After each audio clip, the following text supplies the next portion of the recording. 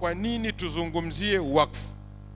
Napenda tutoke na mada hiyo na ufahamu huo, kwa nini Hayatul Ulama wanataka wazungumzie wakfu katika sura hii tunayoiona. Tufahamu kwamba nguvu ya Uislamu imetengenezeka katika ile idara, ule utawala wenyewe wa Kiislamu, Qur'ani na Sunna. Hii ndio idara ya Uislamu. Lakini vile vile nguvu ya Kiislamu imejikita katika wataalamu wa Kiislamu, na vile vile nguvu ya Kiislamu imejikita katika nguvu ya mali, nguvu ya kipesa katika Uislamu. Vitu vitatu hivi ni vitu vinakwenda sambamba na ni vitu vinabebana. Na hii nguvu ya mali ambayo tunaizungumzia hapa leo imegawika katika maeneo matatu mengi. Mimi nimesema matatu. Kuna nguvu ya mali ambayo ni zaka. Zaka ni nguvu ya kipesa katika Uislamu. Na kuna nguvu ya mali ya sadaka na mengineyo ya mfano wa sadaka. Na kuna nguvu ya mali nyingine ambayo ni alwaqf. Nguvu ya mali ya zaka, hii ni nguvu ya mali ya lazima. Ni lazima kila Muislamu mwenye uwezo fulani atoe zaka kwa utaratibu unaotakiwa kutolewa, si kwa mtu anavyojisikia kutoa hiyo zaka. Hii ni nguvu ya mali ya kilazima.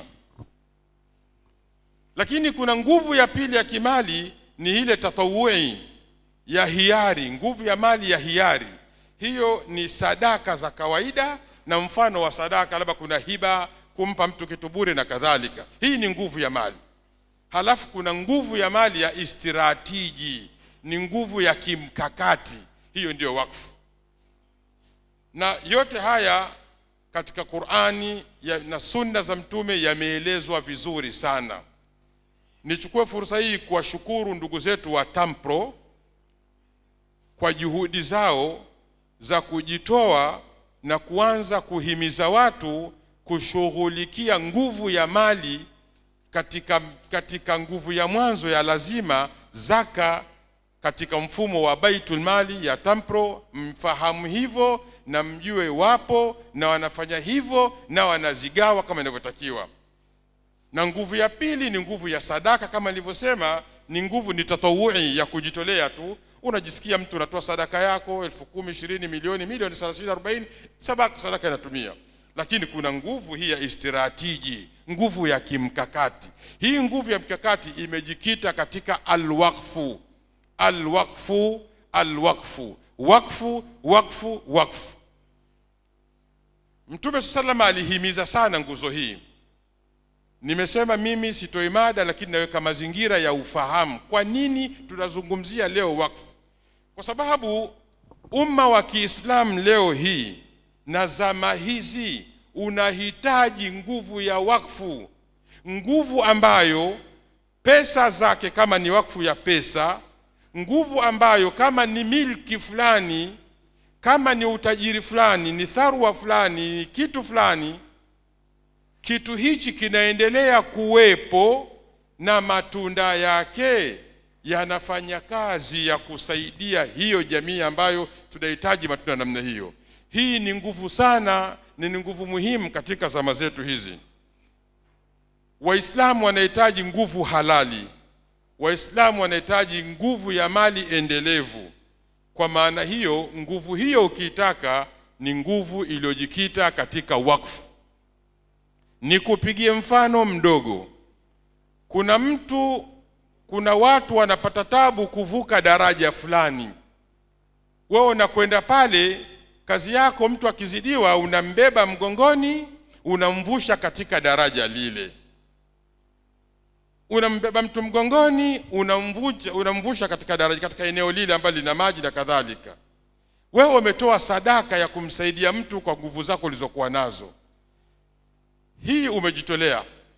Lakini kuna nguvu nyingine endapo umekwenda kutengeneza daraja, ukaweka daraja pale, ukaondoka zako, usije tena pale. Ile huduma ya watu kuvuka imeisha malizika. Wewe kazi yako ni kupata thawabu ya huduma ulioiweka pale. Hii ndio mfano wa wakfu. Kwa hiyo ndugu zangu katika imani, nimesema kwa nini tumekuja na kitu ambacho ni wakfu, kwa kuzingatia mambo hayo. Sadaka zinahitajika, lakini sadaka zimekuwa zikitolewa sadaka, watu satumika sadaka, zimekwisha, kesho mtu ataomba tena sadaka.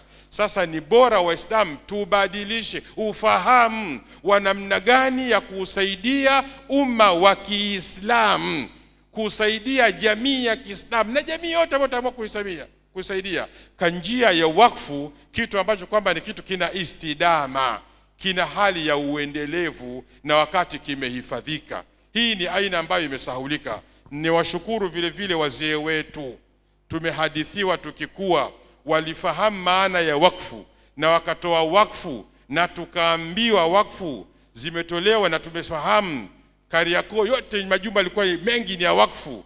Lakini kwa sababu kuna nguzo za wakfu zilikosekana, nguzo moja ilikuwa ni bora ya wale walifahamu wazee wetu na wakafanya hivyo, kwa mfano wa hapa Tanzania. Lakini nguvu ya pili ya usimamizi na ule wakfu na unaboreshwa namna gani, nguvu ilikosekana, ikapoteza mioyo ya watu katika nguvu hii. Kwa hiyo haia imekuja kwa mara nyingine kufufua kwamba turudi katika asili ya kuwa na nguvu za Kiislamu, kwamba wakfu uzungumzwe hadharani, wakfu ufahamike, wakfu upokelewe na wakfu utolewe ili kuweza kutimiza malengo. Na kulingana hali za sasa, nadhani wataalamu watazungumza. Sina mengi ya kuzungumza, nilipendelea niyazungumze hayo ili watu wafahamu kwamba wakfu una umuhimu mkubwa sana katika jamii na katika uendelevu uliokuwa bora wa mambo yetu ya Kiislamu kuwa yamejikita. Na vile vile ina nguvu nyingi sana katika kuwafundisha watu namna ya kuwekeza na mifano mingine.